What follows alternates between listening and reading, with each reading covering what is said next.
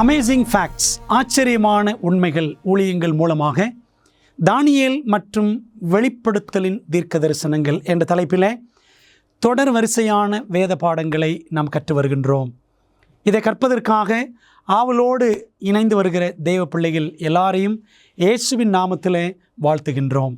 இந்த நாளின் பாடத்தை நாம் படிப்பதற்கு முன்பாக உங்களுக்கான இலவச பிரதியை அறிமுகப்படுத்துவதில் மகிழ்ச்சி அடைகின்றோம்.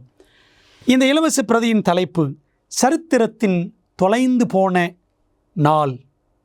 இந்த புத்தகத்தை நீங்கள் பெற்று சத்தியத்தை கற்றுக்கொள்ள வேண்டும் என்றால் எங்களுடைய தொலைபேசி எண்ணுக்கு நீங்கள் அழைக்கும்படி அன்போடு அழைக்கின்றோம். மட்டுமல்ல, அமேசிங் ஃபேக்ட்ஸ் வெப்சைட் உள்ளே சென்று இந்த பிரதியை நீங்கள் டவுன்லோட் செய்து படிக்கவும் உங்களை அன்புடன் நாங்கள் கேட்டுக்கொள்கின்றோம். இந்த நாளுக்குரிய பாடத்தின் தலைப்பு என்னவென்றால் சரித்திரத்தின் தொலைந்து போன நாள். இது ஒரு சுவாரஸ்யமான, அதே சமயத்தில் மிகவும் முக்கியமான ஒரு பாடம். இஸ்ரவேல் ஜனங்கள் எகிப்தில் 400 ஆண்டுகள் அடிமைகளாக இருந்தார்கள். அப்படி அவர்கள் வாழ்ந்த நாட்களில் அவர்கள் வாழ்க்கையே கசந்து போனது. இஸ்ரவேல் மக்களுக்கு எகிப்தில் போதுமான ஆகாரம் கிடைக்கவில்லை. மிகவும் கொடுமைப்படுத்தப்பட்டார்கள். எகிப்திய ஆளோட்டிகள் இஸ்ரவேல் மக்களை கொடூரமாக வழி நடத்தினார்கள். இப்படிப்பட்ட ஒரு காலகட்டத்தில் அவர்கள் விடுதலைக்கு ஏங்காமல் இருந்திருப்பார்களா? தங்களை மீட்கக்கூடிய ஒருவர் வரமாட்டாரா என்று அவர்கள் அங்கலாய்க்காமல் இருந்திருப்பார்களா என்பதை யோசித்து பாருங்கள். அவர்கள் பட்ட பாடுகள், அவர்கள் பட்ட கஷ்டங்கள், யெகோவா தெய்வத்தை ஏறக்குறைய மறந்து விட்டவர்களாக, அவருக்கு ஆராதனை செய்யாமல் அவர்கள் தேவனுடைய சட்டதிட்டங்களை ஏறக்குறைய மறந்து போனவர்களாகவே எகிப்திலே அடிமைகளாக ஒரு கசப்பான வாழ்க்கையை வாழ்ந்து கொண்டிருந்தார்கள். இதை நாம் யாத்ராகமத்தில் 5, 6 அதிகாரங்களிலே வாசிக்கிறோம். எகிப்திய ஆளோட்டிகள் இஸ்ரவேல் மக்களை அடித்து துன்புறுத்தி கொடுமை செய்தார்கள். வேதாகமத்தில் வாசிக்கிறோம். யாத்திராகமம் 4 அதிகாரம் 29 மோசேயும் ஆரோனும் போய் இஸ்ரவேல் புத்தரின் மூப்பர் எல்லாரையும் கூடி வரச் செய்தார்கள். இப்படி இஸ்ரவேல் மக்கள் கஷ்டப்பட்டு கொண்டிருந்த காலத்தில், எகிப்தில் தேவனை நோக்கி கூக்குரல் இட்டு கொண்டிருந்த காலத்தில், தேவனால் மோசேயும் ஆரோனும் எகிப்துக்கு அனுப்பப்பட்டார்கள். இஸ்ரவேல் மூப்பரை அவர்கள் கூடி வரச் செய்தார்கள். என்ன நடந்தது தெரியுமா?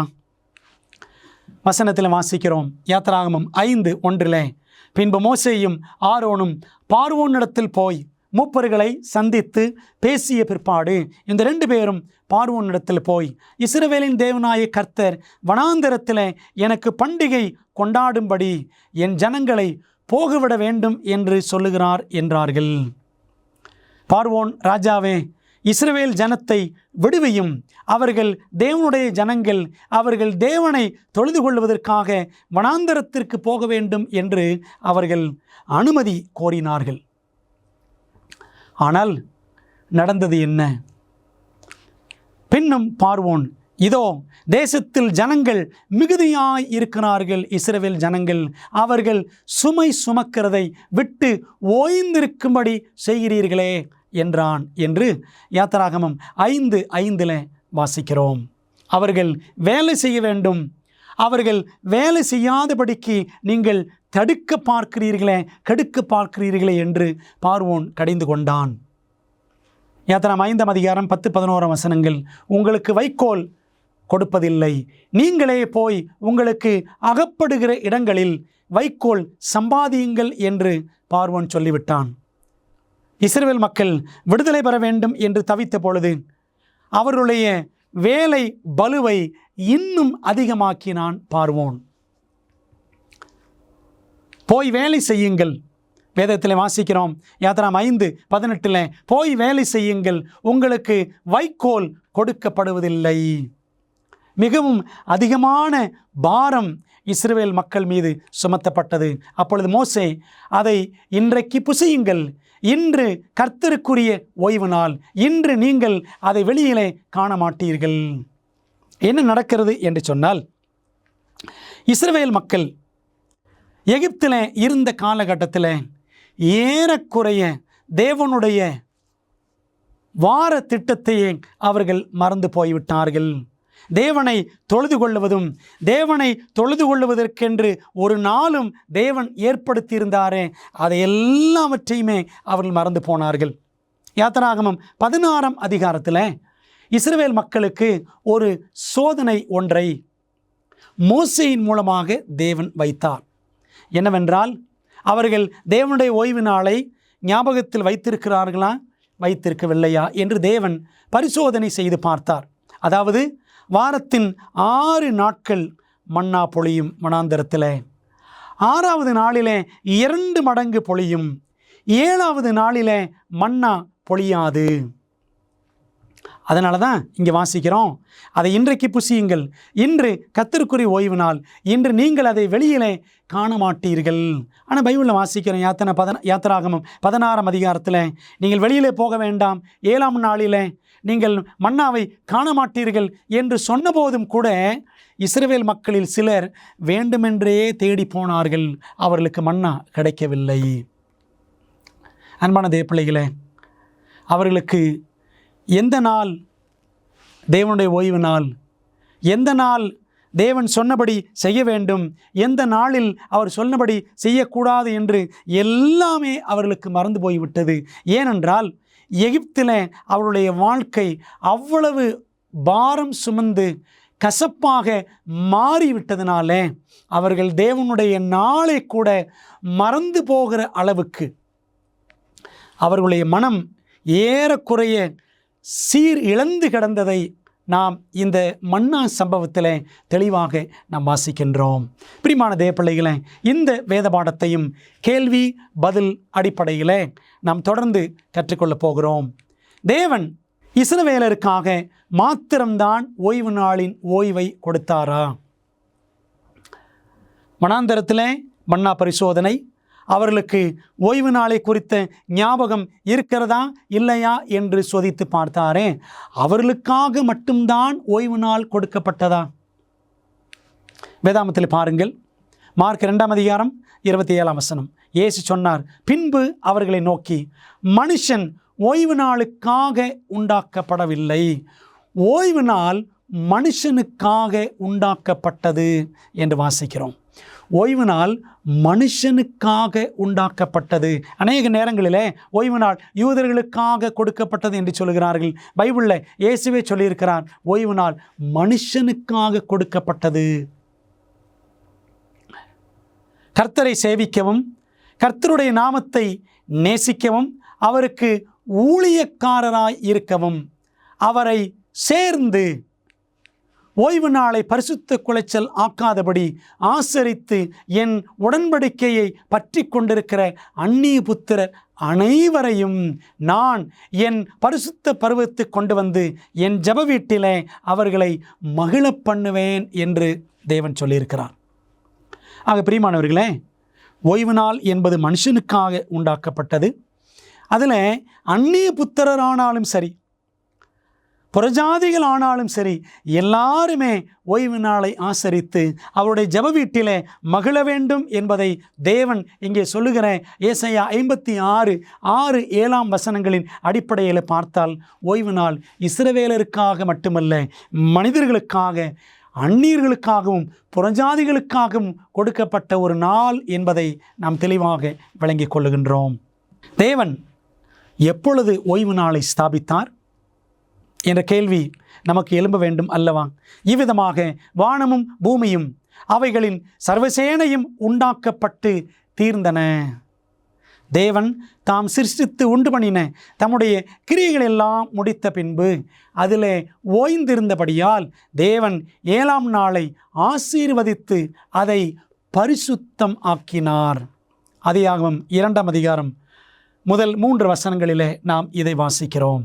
பிரியமான தேவப்பிள்ளைகளே, படைப்பின் வரலாற்றை படித்து பார்த்தால் 6 நாட்களிலே உலகத்தை படைத்த ஆண்டவர் 7ஆம் நாளிலே அவர் ஓய்ந்திருந்தார்.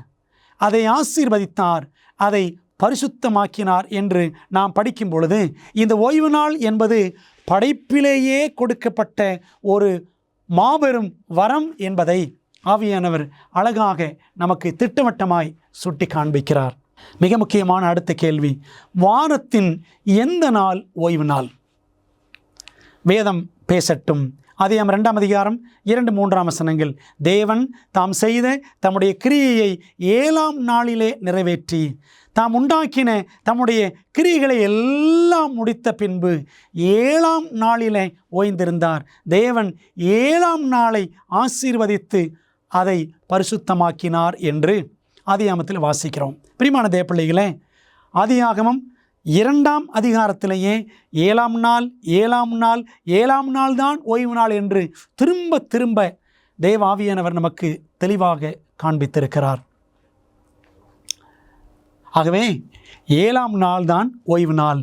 7ஆம் நாளோ உன் தேவனாகிய கர்த்தருடைய ஓய்வு நாள் என்று 10 கட்டளைகளிலும் நாம் தெளிவாக வாசிக்கின்றோம். தேவன் தம்முடைய பரிசுத்த ஓய்வு நாளின் முக்கியத்துவத்தை எவ்வாறு செயல்முறையில் விளக்கினார்? 10 கற்பனைகளுக்கு நேராக நாம் திரும்புவோமா? யாத்திராகமம் 20ஆம் அதிகாரம் 8 முதல் 11 வசனங்களை படித்து பாருங்கள். ஓய்வு நாளை பரிசுத்தமாக ஆசரிக்க நினைப்பாயாக. கர்த்தர் ஓய்வு நாளை ஆசீர்வதித்து அதை பரிசுத்தமாக்கினார். படைப்பிலே சொல்லப்பட்ட அதே காரியத்தை 10 கற்பனைகளிலும் அப்படியே நாம் வாசிக்கிறோம். என்ன வாசிக்கிறோம்?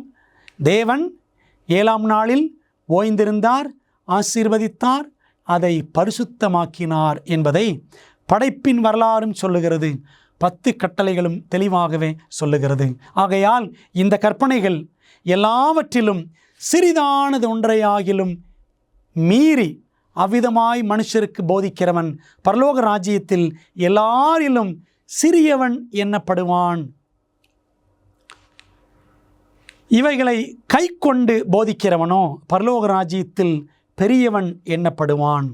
அதாவது கற்பனைகளை மீறி நடக்கலாம் என்று சொல்லி பிறருக்கு போதித்து மீறி நடக்கிறவன் எப்படியாகிலும் பரலோகத்துக்கு வந்து சிறியவனாக ஒரு ஓரத்தில் இருப்பான். 10 கற்பனைகளின்படி போதித்து அப்படியே நடக்கிறவன் பரலோகத்திலே பெரியவனாக இருப்பான் என்று அர்த்தமா?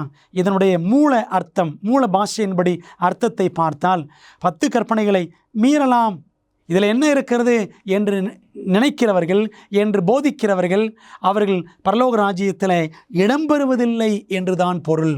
ஆனால் ஆண்டோடைய பிரமாணங்களை போதித்து அதன்படி நடக்கிறவர்களை தேவன் தம்முடைய ராஜ்யத்திலே உயர்த்தி வைப்பார் என்பதைத்தான் இயேசு கிறிஸ்து அழகாக சொல்லியிருக்கிறார். பிரியமான தேவப்பிள்ளைகளே, ஆண்டோடைய பிரமாணங்களை நாம் நேசித்து கடைபிடித்து நடக்கிறோமா?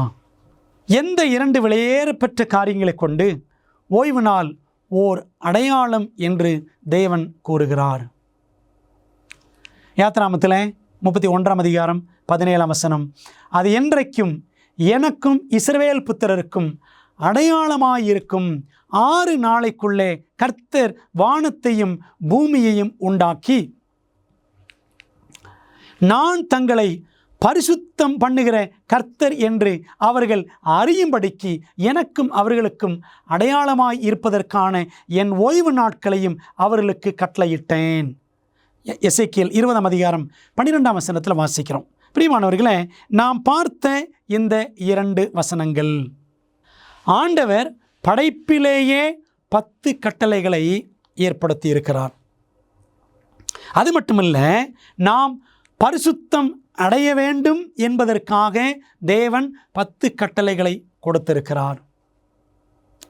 படைப்பிலேயே கொடுக்கப்பட்ட நாள், நாம் பரிசுத்தம் அடைய வேண்டும் என்று கொடுக்கப்பட்ட நாள், நமக்கு அடையாளமாக தேவன் கொடுத்திருக்கிற முக்கியமான நாள் இந்த ஓய்வு நாள் என்பதை நாம் வேதாகமத்தில் மிக தெளிவாக பார்க்கின்றோம். பிரியமான தேவப்பிள்ளைகளே, எந்த நாளை இயேசு பரிசுத்தமாய் ஆசரித்தார்? வேதம் பேசுகிறது. பாருங்கள், லூக்கா 4ஆம் அதிகாரம் 16ஆம் வசனம், தாம் வளர்ந்த ஊராகிய நாசரேத்துக்கு அவர் வந்து தம்முடைய வழக்கத்தின்படியே, ஆண்டவர் இயேசு கிறிஸ்துவுக்கு இருந்த வழக்கம் என்ன வழக்கம்? ஓய்வு நாளில் ஜெபாலயத்தில் பிரவேசித்து வாசிக்க எழுந்து நின்றார். ஆண்டவர் இயேசு கிறிஸ்து பிறந்தது பெத்லெகேமிலே, அவர் வளர்ந்தது நாசரேத்திலே. அந்த நாசரேத்திலே அவர் வளர்ந்த நாட்களில் அவருடைய வழக்கம் என்னவாக இருந்தது என்றால், ஓய்வு நாள் தோறும் ஆலயத்திற்கு செல்லுவாராம். ஓய்வு நாளை கடைபிடிக்கிறவராக இயேசு இருந்திருக்கிறார் என்பதை லூக்கா அழகாக எழுதுகின்றார். இயேசுவின் வழக்கம் ஓய்வு நாளிலே தேவாலயம் சென்று ஆண்டுடைய வசனங்களை வாசித்து அதை போதிக்கிற வழக்கம் அவருக்கு இருந்திருக்கிறது. ஆகவே ஆண்டவர் இயேசு கிறிஸ்து படைப்பிலே தாம் ஏற்படுத்தின 7ஆம் நாளை நம்மை பரிசுத்தமாக்குவதற்கு அடையாளமாக கொடுத்த அதே 7ஆம் நாளை, இஸ்ரவேல் புத்திரருக்கு அடையாளமாக கொடுத்த அதே 7ஆம் நாளை அவரும் இந்த உலகத்திலே மனிதனாக வந்த பொழுது கடைபிடித்து ஒழுகினார் என்பதை நாம் அழகாக புதிய ஏற்பாட்டிலே வாசிக்கிறோம். இயேசு மட்டும்தான் 7ஆம் நாளை ஓய்வு நாளாக கடைபிடித்தாரா? அப்போஸ்தலர்கள் என்ன செய்தார்கள்? ஓய்வு நாளில் பவுலின் வழக்கம் என்னவாக இருந்தது? அப்போஸ்தல நடபடிகள் 17ஆம் அதிகாரம் 2ஆம் வசனத்தில் வாசிக்கிறோம். பவுல் தன் வழக்கத்தின்படியே அவர்களிடத்தில் போய் 3 ஓய்வு நாட்களில் வேதவாக்கியங்களின் நியாயங்களை எடுத்து அவர்களுடனே சம்பாஷித்து என்று வாசிக்கிறோம். ஆண்டவர் இயேசு கிறிஸ்து வழக்கத்தின்படியே ஓய்வு நாளில் தேவாலயம் சென்றார். பவுல் அவரும் தன் வழக்கத்தின்படியே 3 ஓய்வு நாட்களில், பார்த்தீங்களா, தொடர்ந்து 3 ஓய்வு நாட்களில் ஆண்டுடைய வேதவாக்கியங்களை எடுத்து அவர் சம்பாஷணை செய்தார், போதித்தார், மற்றவர்களுக்கு கற்றுக் கொடுத்தார் என்று வாசிக்கிறோம். அதே போல அப்போஸ்தலர் 18ஆம் அதிகாரம் 4ஆம் வசனம் பாருங்கள். ஓய்வு நாள் தோறும் அவன் ஜெபாலயத்தில் சம்பாஷணை பண்ணி யூதருக்கும் கிரேக்கருக்கும் புத்தி சொன்னான் என்று அப்போஸ்தலர் 18:4 வாசிக்கிறோம். ஓய்வு நாள் தோறும் இந்த வழக்கம் அப்போஸ்தலர்களுக்கும் இருந்திருக்கிறது. ஓய்வு நாள் அன்று அப்போஸ்தலர்கள் புறஜாதியார்களை சந்தித்தார்களா?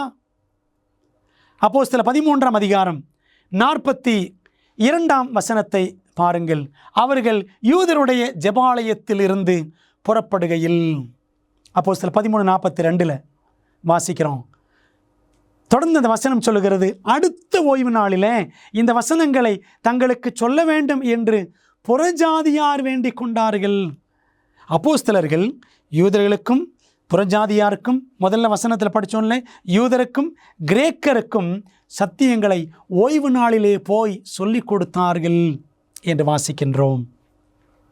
ஆகவே அப்போஸ்தலர்கள் ஓய்வு நாளிலே ஊழியங்களை செய்து ஓய்வு நாளை கடைபிடித்திருக்கிறார்கள்.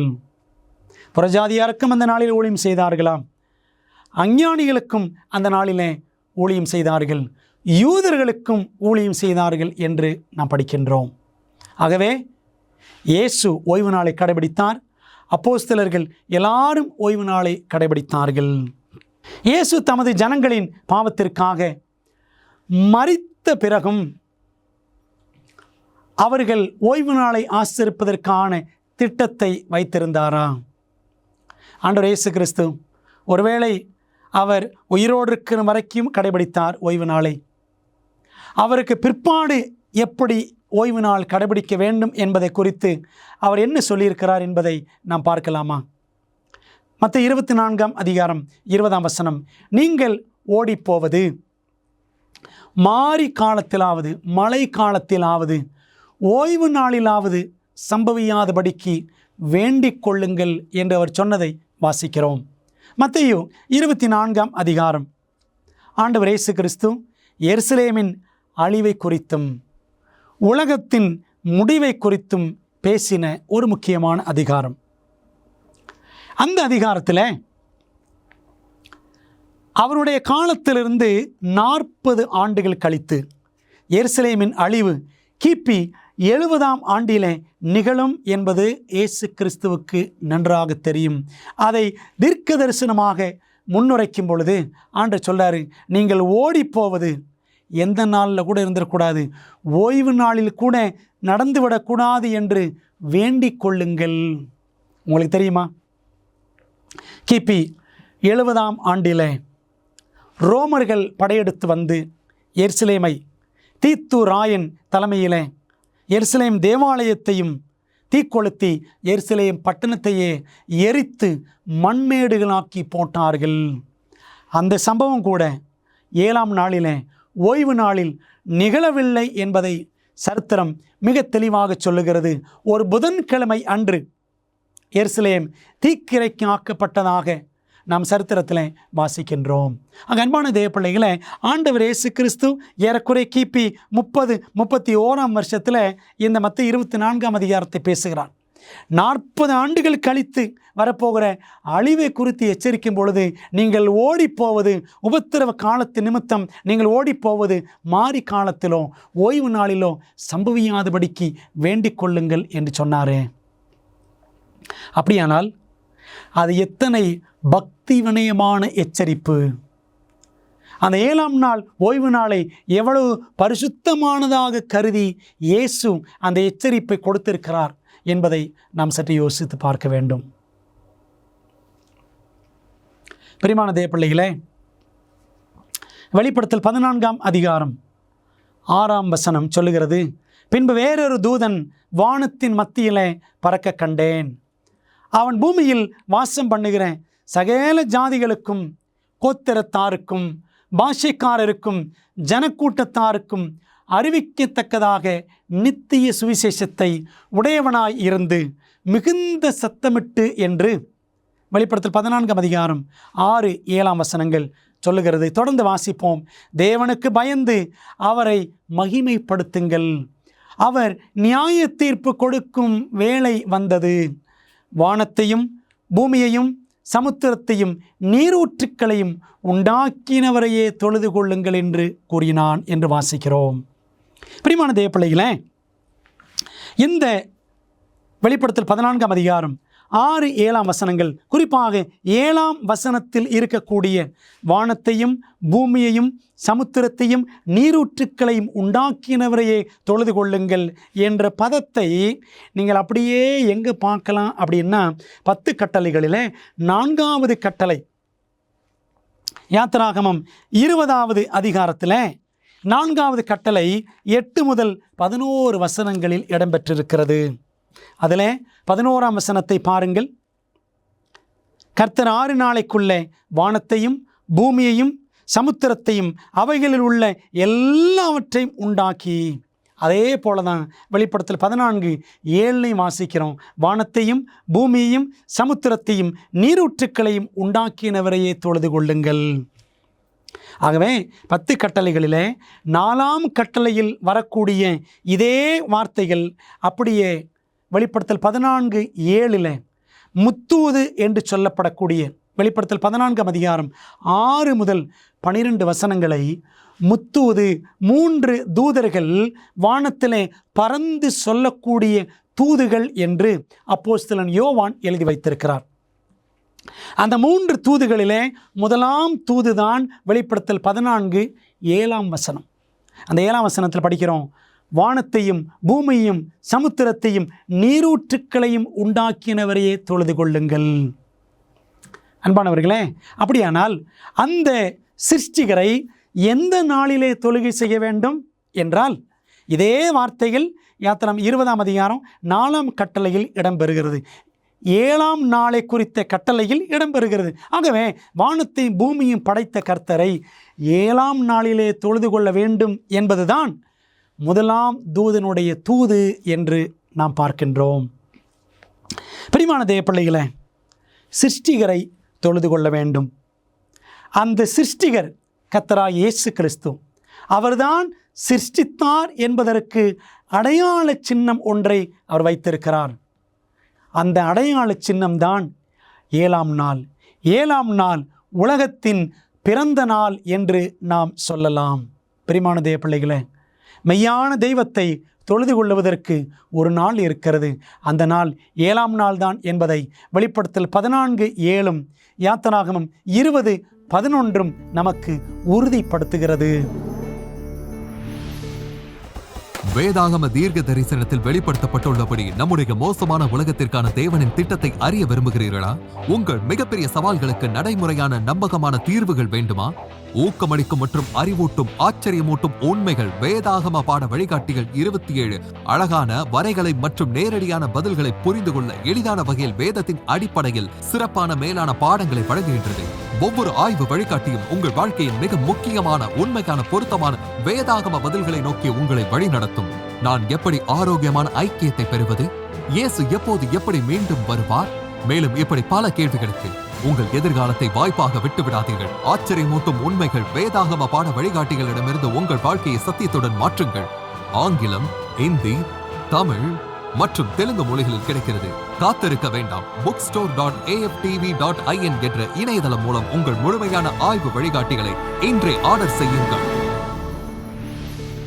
தேவனுடைய கடைசி கால மக்களும் கூட அவருடைய 7ஆம் நாள் ஓய்வு நாளை பரிசுத்தமாய் ஆசரிப்பார்கள் என்று வேதம் போதிக்கிறதா? பாருங்கள், வெளிப்படுத்தல் 12:17 வசனம். அப்பொழுது வலு சர்ப்பமானது ஸ்திரீயின் மேல் கோபம் கொண்டு தேவனுடைய கற்பனைகளை கைக்கொள்ளுகிறவர்களும் இயேசு கிறிஸ்துவை குறித்து சாட்சியை உடையவர்களுமாகிய அவளுடைய சந்ததியான மற்றவர்களுடனே யுத்தம் பண்ண போயிற்று. ஆண்டுடைய கடைசி கால திருச்சபை, அந்த திருச்சபையின் மீது பிசாசின் கோபம் பயங்கரமாக இருக்கும். ஏனென்றால் அந்த திருச்சபை என்ன செய்யும்?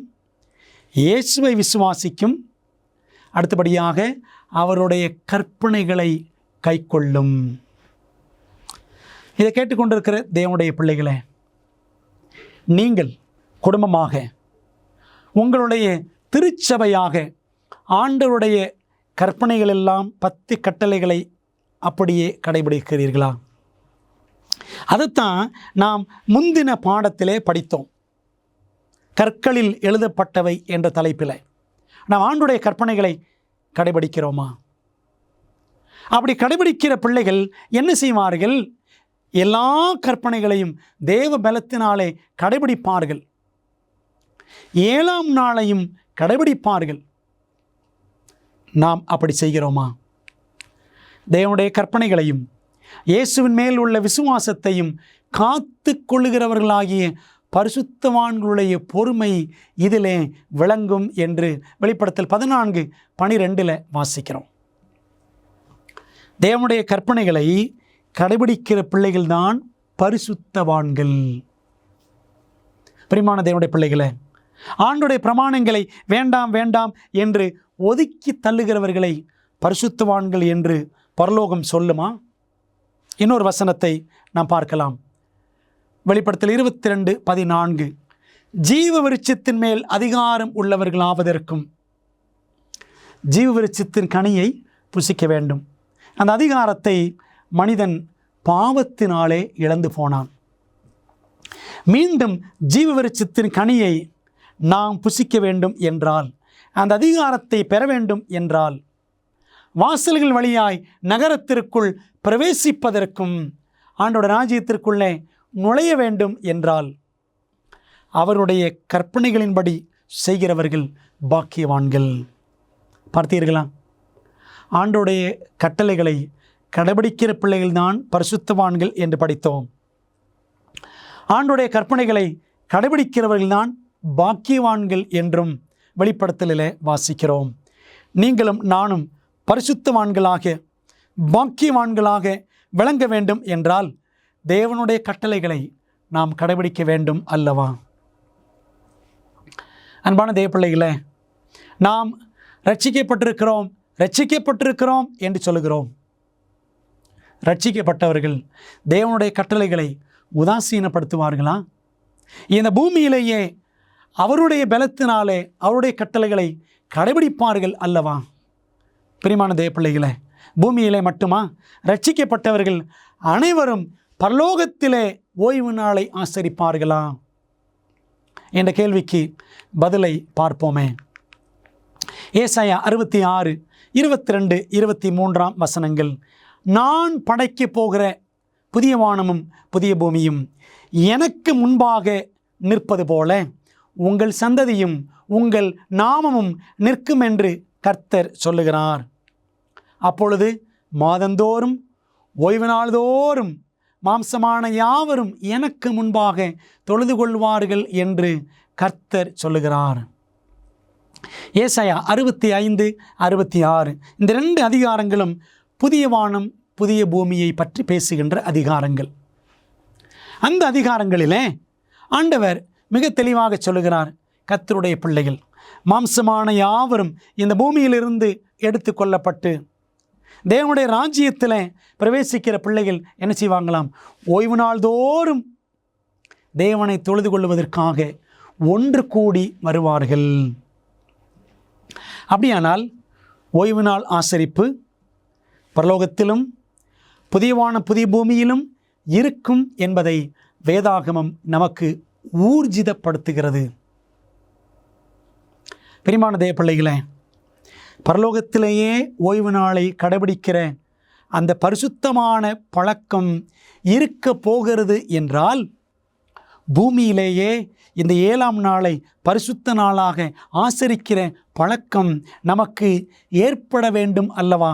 நம்முடைய தனிப்பட்ட வாழ்விலே, குடும்ப வாழ்விலே, சபை வாழ்விலே ஆண்டுடைய பிரமாணங்கள் எல்லாவற்றையும் கடைபிடித்து அவருடைய 7ஆம் நாளை பரிசுத்த நாளாக ஆசரித்து நாம் அவரை மகிமைப்படுத்த வேண்டும் அல்லவா? பிரியமான தேவ பிள்ளைகளே, இப்பொழுது இருக்கக்கூடிய வாரத்தின் 7ஆம் நாள் தான் சனிக்கிழமை. அந்த சனிக்கிழமை தான் இயேசு பரிசுத்தமாய் ஆசரித்த ஓய்வு நாள் என்று நம்மால் நிச்சயமாக கூற முடியுமா? பிரியமான தேவ பிள்ளைகளே, ஆண்டவர் இயேசு கிறிஸ்து ஓய்வு நாளை ஆசரித்தார். அப்போஸ்தலனாகிய பவுல் இன்னும் அநேக அப்போஸ்தலர்கள் ஓய்வு நாளை ஆசரித்தார்கள். பழைய ஏற்பாட்டிலே இஸ்ரவேல் ஜனங்கள் 7ஆம் நாள் ஓய்வு நாளை ஆசரித்தார்கள். முற்பிதாக்கள் எல்லாருமே 7ஆம் நாள் ஓய்வு நாளை ஆசரித்தார்கள். அந்த நாள் 7ஆம் நாள் என்றால் அந்த நாள் சனிக்கிழமை தானா என்பதை நாம் எப்படி நிரூபிக்க முடியும்? வேதாகமத்திலிருந்து நாம் பார்க்கலாமா? லூக்கா 23:54 அந்த நாள் ஆயத்த நாளாய் இருந்தது, ஓய்வு நாளும் ஆரம்பமாயிற்று. ஆண்டவர் இயேசு கிறிஸ்து 6ஆம் நாளிலே சிலுவையிலே அவர் தொங்கி மரித்து போனார். அந்த நாள் ஆயத்த நாளாய் இருந்தது, ஓய்வு நாளும் ஆரம்பமாயிற்று என்று வாசிக்கிறோம். அப்படியே தொடர்ந்து நாம் வாசிக்கலாமா? திரும்பி போய் கந்த வர்க்கங்களையும் பரிமள தைலங்களையும் ஆயத்தம் பண்ணி கற்பனையின்படியே ஸ்திரீகள் ஓய்வு நாளில் ஓய்ந்திருந்தார்கள் என்று லூக்கா 23:56 வாசிக்கிறோம். ஸ்திரீகள் இயேசுவின் சரீரத்தை பார்த்து அவர் மரித்து விட்டார், கல்லறையிலே வைக்கப்பட்டு விட்டார், ஆகவே அவருடைய சரீரத்திற்கு பரிமள தைலம் சுகந்த வர்க்கங்கள் பூச வேண்டும் என்று ஸ்திரீகள் சென்றார்கள். அப்படி போன வேளையில் ஓய்வு நாள் ஆரம்பமாகிவிட்டது. ஆக என்ன செய்தார்களாம்? ஆண்டவர் இயேசு கிறிஸ்துவின் சரீரத்திற்கு பரிமள தைலம் பூசுவதை கூட அப்படியே நிறுத்திவிட்டு அவர்கள் கற்பனைகளின்படியே ஓய்ந்திருந்தார்கள். லூக்கா 24:1 வாரத்தின் 1ஆம் நாள் அதிகாலையிலே ஸ்திரீகள் எல்லாரும் என்ன செய்தார்களாம்? அந்த கந்தவர்க்கம் சுகந்த வர்க்கங்கள் எல்லாவற்றையும் எடுத்துக்கொண்டு இயேசுவின் சரீரம் வைக்கப்பட்டிருந்த கல்லறையினிடத்தில் வந்தார்கள். அப்படி வந்த பொழுது தேவதூதன் சொன்னான், அவர் இங்கே இல்லை, உயிர்த்தெழுந்தார் என்ற செய்தியை சொன்னான். ஆகவே இயேசுவின் சரீரத்தை பார்த்து பரிமள தைலங்கள் பூசி சென்ற ஸ்திரீகள் இயேசு இல்லை, அவர் உயிர்த்தெழுந்தார் என்ற செய்தியை அறிந்து கொண்டார்கள். பிரியமான தேவ பிள்ளைகளே, ஆகவே எப்பொழுது செல்கிறார்கள்? வாரத்தின் 1ஆம் நாளிலே சென்றார்கள். இயேசு உயிர்த்தெழுந்தார். அப்படியானால் நாம் ஒரு சீக்வன்ஸ், ஒரு வரிசையை கண்டுபிடிக்க வேண்டும். அந்த நாள் ஆயத்த நாளாய் இருந்தது, ஓய்வு நாளும் ஆரம்பமாயிற்று. ஓய்வு நாளை கடைபிடித்தார்கள், கற்பனையின்படியே கடைபிடித்தார்கள். இயேசு கிறிஸ்து உயிரோடு இருந்து மரித்த இந்த காலகட்டத்திலும் அவருடைய சரீரத்தை பார்க்க வந்த ஸ்திரீகள் ஓய்வு நாளை கற்பனையின்படியே கடைபிடித்தார்கள். பிற்பாடு வாரத்தின் முதலாம் நாளிலே அவருடைய சரீரத்தை பார்க்க சென்றார்கள். அந்த நாள் ஆயத்த நாளாய் இருந்தது. அந்த நாள் வெள்ளிக்கிழமை. இயேசு மரித்த நாள் வெள்ளிக்கிழமை.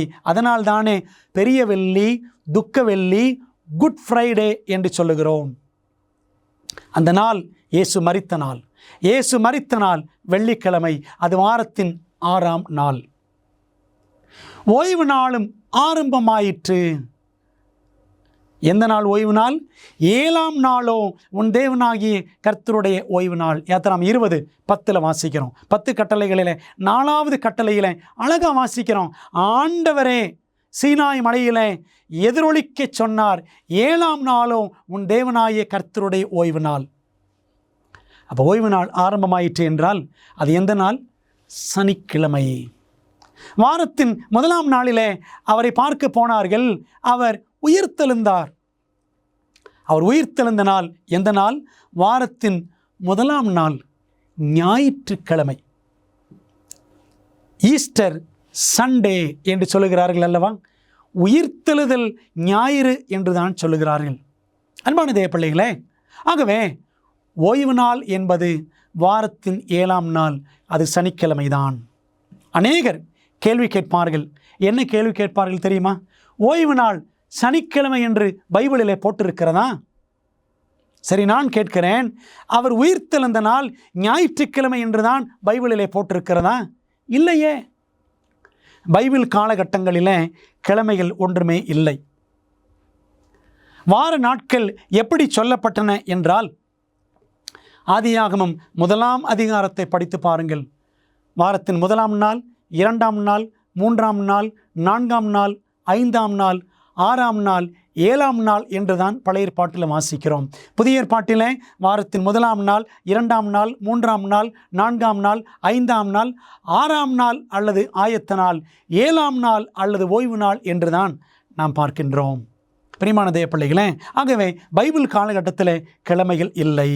ஆனால் நாம் இயேசு மரித்த நாளை, 6ஆம் நாளை ஆயத்த நாள் வெள்ளிக்கிழமை என்று சொன்னால், அவர் உயிர்த்தெழுந்த வாரத்தின் 1ஆம் நாள் அதை நாம் ஞாயிற்றுக்கிழமை என்று சொன்னால், அவர் மரித்து சிலுவையில் அவர் மரித்து அடக்கம் பண்ணப்பட்டு கல்லறையில் வைக்கப்பட்டிருந்த அந்த 7ஆம் நாள் ஓய்வு நாள் சனிக்கிழமையாகத்தானே இருக்க வேண்டும்.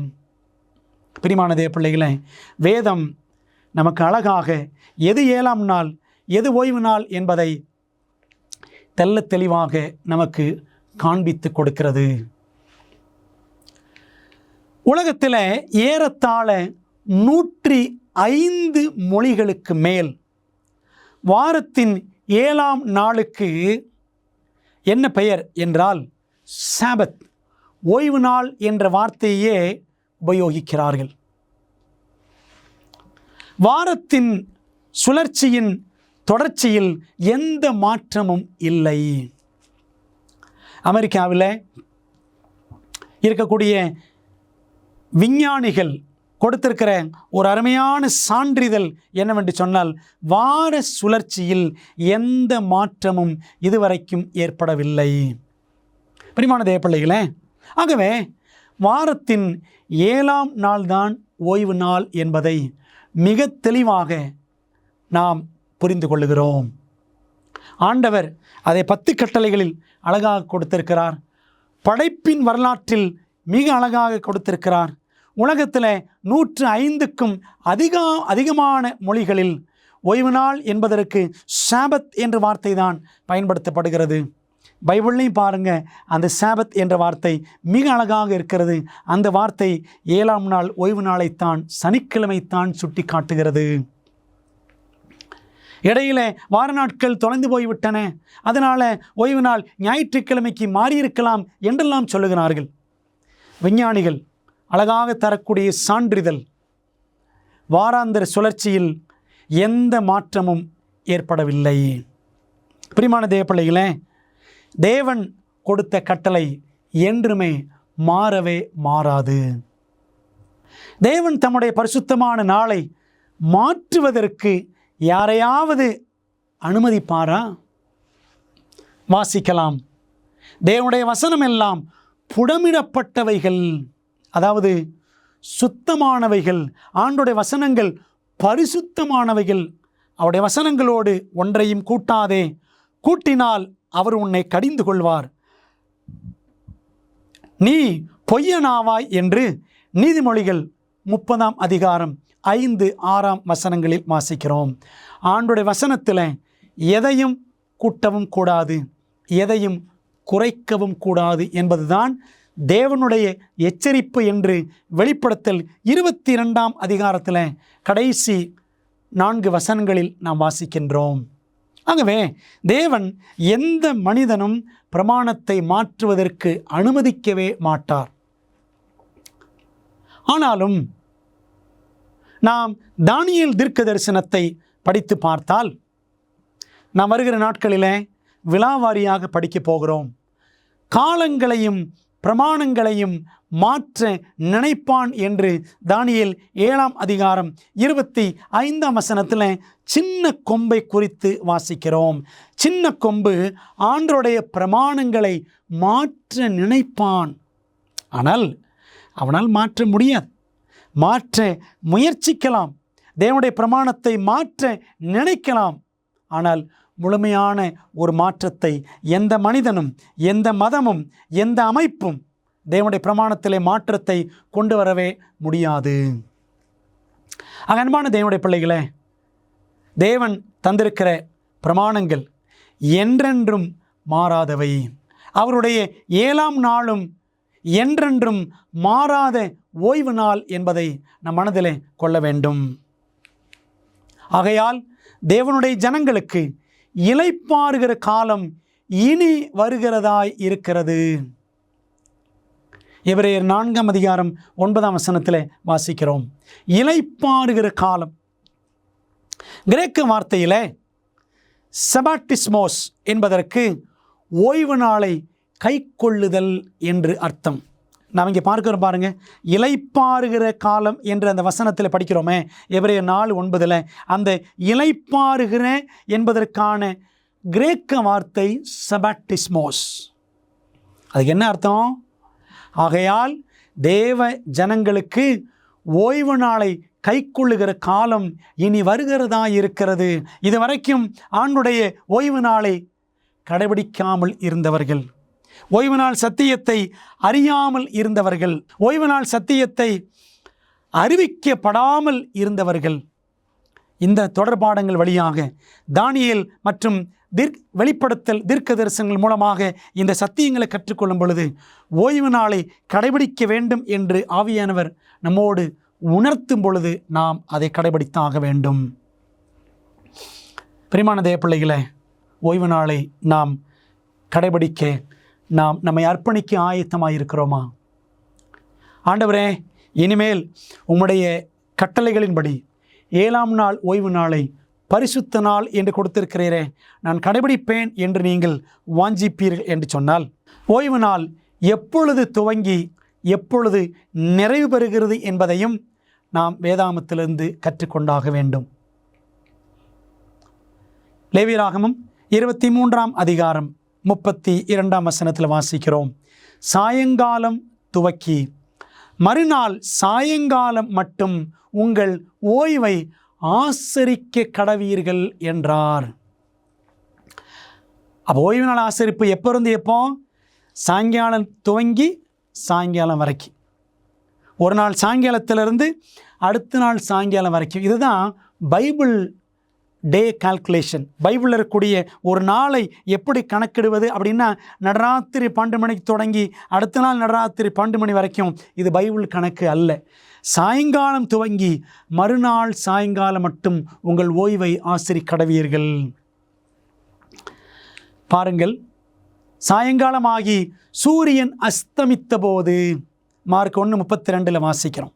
சூரியன் அஸ்தமன நேரம்தான் ஒரு நாளின் முடிவு நேரம், அடுத்த நாளின் ஆரம்ப நேரம் என்பதை நாம் புரிந்து கொள்ள வேண்டும். அதான் ஆதியாகமத்தில் 1ஆம் அதிகாரத்தில் படித்தோம் என்று சொன்னால், சாயங்காலமும் விடியற்காலமுமாகி 1ஆம் நாள் ஆயிற்று, சாயங்காலமும் விடியற்காலமுமாகி 2ஆம் நாள் ஆயிற்று என்று படிக்கிறோம்.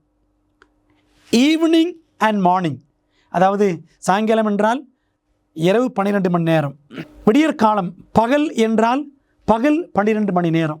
இந்த ரெண்டும் சேர்ந்தது தான் 24 மணி நேரம் ஒரு நாள் என்ற கணக்கு. ஆகவே சாயங்காலத்திலிருந்து சாயங்காலம் வரைக்கும் ஓய்வு நாளை நாம் ஆசரிக்க வேண்டும். நம்ம பொதுவாக எப்படி ஆசரிக்கிறோம்? ஞாயிற்றுக்கிழமை வேதத்தில் சொல்லப்படாத ஒரு நாள், அதை ஓய்வு நாள் என்று ஆசரிக்கிறோம். காலையில் ஒரு 8 மணிக்கு போய் 10 மணிக்கு முடிந்து நாம் வீட்டுக்கு வந்து விட்டால் ஓய்வு நாள் முடிந்து விட்டது என்று நினைக்கிறோம். ஆனால் பைபிள் சொல்லுது பாருங்கள், சாயங்காலம் தொடங்கி மறுநாள் சாயங்காலம் வரைக்கும் ஓய்வு நாளை நாம் ஆசரிக்க வேண்டும். ஓய்வு நாளை முழு நாளையும் தேவனுக்கென்று நாம் அர்ப்பணிக்க வேண்டும். அவருடைய மகிமைக்கென்று ஆசரிக்க வேண்டும். பிரியமான தேவ பிள்ளைகளே, நாம் அதற்கு ஆயத்தமா? வெளிப்படுத்தின விசேஷம் 1ஆம் அதிகாரம் 10ஆம் வசனத்தில் யோவான் எழுதி வைத்திருக்கிறார், கர்த்தருடைய நாளில் ஆவிக்குள்ளானேன். கர்த்தருடைய நாள் என்று எந்த நாளை அவர் குறிப்பிடுகிறார்? 7ஆம் நாளோ உன் தேவனாகிய கர்த்தருடைய ஓய்வு நாள். யாத்திராகமம் 20ஆம் அதிகாரம் 10ஆம் வசனம். கர்த்தருடைய நாளில் ஆவிக்குள்ளானேன் என்று யோவான் எழுதினாரே, எந்த நாள்? பத்மு தீவில் யோவான் கைதியாக இருந்த பொழுது ஒரு ஓய்வு நாளிலே இயேசு கிறிஸ்து அவருக்கு தரிசனமாகி அவர் எழுதும்படி பெற்றுக்கொண்ட தரிசனம்தான், யோவான் எழுதி வைத்த தரிசனம்தான் வெளிப்படுத்தின விசேஷம். ஆகவே கர்த்தருடைய நாள் என்று 7ஆம் நாள் ஓய்வு நாளை யோவான் முக்கியப்படுத்தி எழுதி வைக்கும்படி ஆவியானவர் வைத்திருக்கிறார். வேதத்தில் தொடர்ந்து பாருங்கள், ஏசாயா 58ஆம் அதிகாரம் 13ஆம் வசனம், என் பரிசுத்த நாளாகிய ஓய்வு நாளிலே உனக்கு இஷ்டமானது செய்யாதபடி. ஆண்டவருடைய பரிசுத்த நாள், மை ஹோலிடே, என் பரிசுத்த நாள் என்று அவர் 7ஆம் நாள் ஓய்வு நாளை மட்டும்தான் சொல்லுகிறார். மார்க்கு சுவிசேஷம் 2:28 வாசிக்கிறோம், ஆகையால் மனுஷகுமாரன் ஓய்வு நாளுக்கும் ஆண்டவராய் இருக்கிறார். கர்த்தருடைய நாள் ஓய்வு நாள்தான், அது 7ஆம் நாளாகிய பரிசுத்த நாள்தான் என்பதை நாம் திட்டவட்டமாக புரிந்து கொள்ள வேண்டும். பிரியமான தேவ பிள்ளைகளே, இந்த ஓய்வு நாளை குறித்து வேதம் இவ்வளவு விலாவாரியாக பேசுகிறதே, இந்த ஓய்வு நாள் பிரமாணத்தை கடைபிடிப்பதனால் என்ன ஆசீர்வாதம் நமக்கு வாக்குரைக்கப்பட்டிருக்கிறது?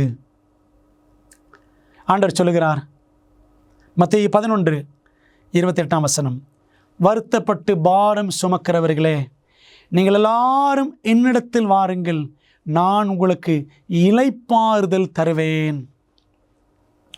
ஓய்வு நாளை கடைபிடிக்கிற பிள்ளைகளுக்கு தேவன் இளைப்பாறுதலை கொடுக்கின்றார். அதே போல யாத்திராகமம் 33ஆம் அதிகாரம் 14ஆம் வசனம், என் சமூகம் உனக்கு முன்பாக செல்லும், நான் உனக்கு இளைப்பாறுதல் தருவேன். ஓய்வு நாளை நாம் ஆசரிக்கும் பொழுது, 7ஆம் நாளை பரிசுத்தமாய் கடைபிடிக்கும் பொழுது, அந்த முழு நாளையும் தேவனுக்காக நாம் செலவிடும் பொழுது தேவ சமூகத்தில் நாம் முழுமையாய் நாம் களி கூறுகிறோம். அதனால் நமக்கு இளைப்பாறுதல் உண்டாகும். எபிரேயர் 4ஆம் அதிகாரம் 5ஆம் வசனம், அன்றியும் அவர்கள் என்னுடைய இளைப்பாறுதலில் பிரவேசிப்பதில்லை என்று இஸ்ரவேல் மக்களை குறித்து ஆண்டவர் வருத்தத்தோடு சொன்னார். பிரியமான தேவ பிள்ளைகளே, கர்த்தருடைய வேதம் இவ்வளவு தெளிவாக சொல்லி இருக்க, இன்னும் எங்கள் போதகர் அப்படி சொன்னார், நாங்கள் பாரம்பரியமாக இப்படித்தான் கடைபிடிக்கிறோம் என்று சொல்லி நாம் இன்னும் அதே பழைய வழியிலேயே, பாரம்பரியத்தின் வழியிலேயே, வாரத்தின் 1ஆம் நாள் தான் ஓய்வு நாள் என்று சொல்லி தேவன் சொல்லாத ஒரு வழியிலேயே நாம் போவோம் என்று சொன்னால் தேவனுடைய இளைப்பாறுதலை நாம் பெற முடியாது. ஆண்டவர் இயேசு கிறிஸ்து சொல்லுகிறதை திரும்பவும் நாம் பார்க்கலாம், நீங்கள் என்னிடத்தில் அன்பாய் இருந்தால் என் கற்பனைகளை கைக்கொள்ளுங்கள் என்று இயேசு நம்மை பார்த்து மீண்டும் அழைக்கிறார். If you love me keep my commandments. அன்பான தேவ பிள்ளைகளே, இயேசுவை நேசிக்கிறீர்களா? உங்கள் குடும்பமாக இயேசுவை சேவிக்க நீங்கள் விரும்புகிறீர்களா? நாங்கள் திருச்சபையாக இதுவரைக்கும் தேவன் சொல்லியிருக்கிற இந்த 7ஆம் நாள் பரிசுத்த நாளை ஓய்வு நாளாக ஆசரிக்கவில்லையே என்று ஒரு போதகராக நீங்கள் மிகவும் வேதனைப்படுகிறீர்களா? இனிமேலும் தாமதம் பண்ண வேண்டாம். ஆண்டவரிடத்தில் நம்மை ஒப்படைத்து நாம் அவருடைய மன்னிப்பை கேட்டால் நம்மை மன்னித்து அவருடைய பூரண அன்பிலே நாம் புகுந்து அவருடைய பிரமாணங்களை கடைபிடிக்க தேவன் நமக்கு பலன் கொடுக்க வல்லவராக இருக்கிறார். ஓய்வு நாளை இயேசு தம்முடைய சிருஷ்டிப்பு மற்றும் பரிசுத்தமாக்கும் வல்லமையின் அடையாளமாக கொடுத்திருப்பதால் அவரை கனம் பண்ணும் விதமாக அந்த நாளை 7ஆம் நாளை பரிசுத்த நாளான ஓய்வு நாளான சனிக்கிழமையை மகிழ்ச்சியுடன் ஆசரிக்க துவங்க வேண்டுமென்று விரும்புகிறீர்களா? ஆண்டவரிடத்தில் நம்ம ஒப்புக் கொடுப்போம். ஆண்டவரே, நீர் வழக்கமாய் கடைபிடித்த ஓய்வு நாளை, அப்போஸ்தலர்கள் வழக்கமாய் கடைபிடித்த கர்த்தருடைய நாளை நானும் தனிப்பட்ட விதத்தில் குடும்பமாக சபையாக ஆசரிப்பேன், பலன் தாரும் என்று அர்ப்பணிப்போமா? நல்ல பிதாவே, இந்த நாளில் நீர் எங்களுக்கு கொடுத்த அருமையான சத்தியத்திற்காக நன்றி. சரித்திரத்தின் தொலைந்து போன நாள், சரித்திரம் நெடுகிலும் தேவன் 7ஆம் நாளை கொடுத்திருக்கிறீர். அந்த 7ஆம் நாள் பரலோகத்திலும் இருக்கும், அது நித்தியமானது என்று நாங்கள் படித்தோம். ஆண்டவரே, மனுஷனுக்காக உண்டாக்கப்பட்டது. இந்த நாளை நாங்கள் மறந்தவர்களாக, தொலைத்து விட்டவர்களாக, இதுவரைக்கும் ஏதோ ஒரு நாளை வேறொரு நாளை கடைபிடித்து வந்திருக்கிறோம். எங்களை மன்னியும் கர்த்தாவே. நீ தந்திருக்கிற கட்டளையின்படி சிருஷ்டிப்பிலே கொடுத்த 7ஆம் நாளை, 10 பிரமாணத்தில் சொல்லப்பட்ட 7ஆம் நாளை நாங்களும் கடைபிடிக்க எங்களுக்கு பலத்தை தாரும், ஆசீர்வதியும். உம்மை மகிமைப்படுத்த தேவனுக்கு பயந்து அவருடைய கற்பனைகளை கைக்கொள். எல்லா மனுஷன் மேலும் விழுந்த கடமை இதுவே என்று பிரசங்கி 12ஆம் அதிகாரத்தில் 13ஆம் வசனத்தில் வாசிக்கிறபடி ஆண்டவரே, எங்கள் கடமையை உணர்ந்து உம்முடைய கற்பனைகளை உம்முடைய பலத்தினால் கடைபிடித்து மாள எங்களுக்கு உதவி செய்யும். இயேசுவின் நாமத்தில் ஜெபிக்கிறோம் நல்ல பிதாவே, ஆமென். பிரியமானவர்களே, தேவனுடைய கற்பனைகளை உண்மையாய் கடைபிடிப்போம். அவருடைய பரிசுத்த நாளை மனமகிழ்ச்சியோடு ஆசரிப்போம். கர்த்தர் நம்மை ஆசீர்வதிப்பார். மீண்டும் அடுத்த வேத பாடத்தில் சந்திப்போம். தேவன் நம்மோடு இருப்பாராக. ஆமென்.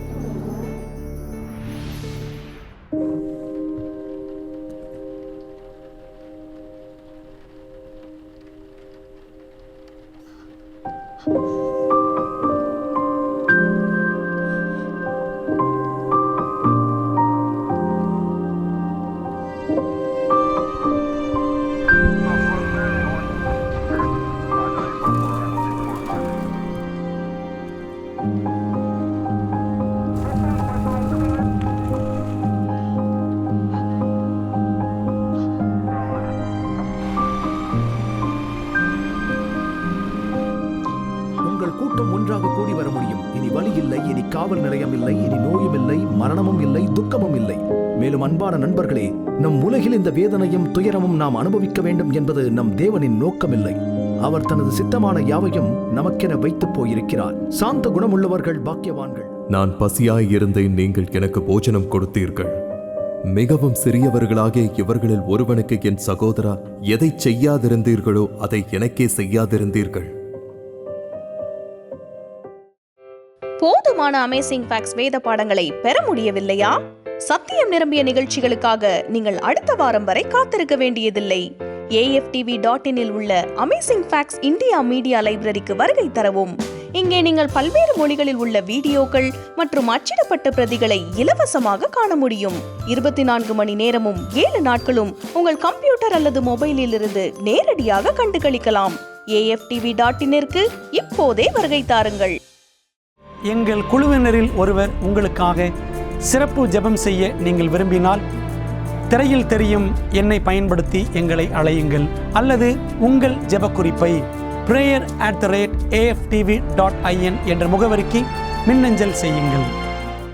மரங்கள் அழகானவை. ஒரு மரம் உருவாவதற்கான அனைத்தும் ஒரு சிறிய விதைக்குள் உள்ளது என்பது ஆச்சரியமாயிருக்கிறதல்லவா? அற்புதமான மற்றுமொரு காரியம் என்ன தெரியுமா? நீங்கள் ஆவிக்குரிய வாழ்க்கையில் வளர்வதற்கு உதவி செய்யக்கூடிய அனைத்தும் இச்சிறிய QR உள் உள்ளது. அதுபோல இதை ஸ்கேன் செய்யவும் உடனே எங்களது வேதம் படிக்கும் திட்டம், இணையதளம், book store, YouTube, Facebook, Instagram, ShareChat இப்பொழுதும் நீங்கள் இணைக்கப்பட்டாயிற்று. இந்த QR-ஐ ஸ்கேன் செய்யுங்கள். இன்று முதல் வளர்ந்திடுங்கள்.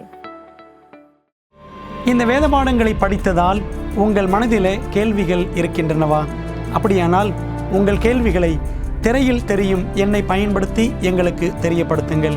இல்லை என்றால் உங்கள் கேள்விகளை info@aftv.in என்ற முகவரிக்கு மின்னஞ்சல் செய்யுங்கள். வேதாகமத்தை தொடர்ந்து கற்றுக்கொள்ளும் பொழுது கர்த்தர் உங்களை ஆசீர்வதிப்பாராக. 50 வருடங்களுக்கும் மேலாக அமேசிங் ஃபேக்ட் ஊழியங்கள் நற்செய்தியை உலகம் முழுவதும் பகிர்ந்து கொண்டிருக்கிறது. இயேசுவின் சித்தத்தின்படி அனைத்து மக்களுக்கும் நித்திய சுவிசேஷத்தை அறிவித்துக் கொண்டிருக்கிறது. உங்கள் ஜெபத்திற்கும் ஆதரவிற்கும் நன்றி.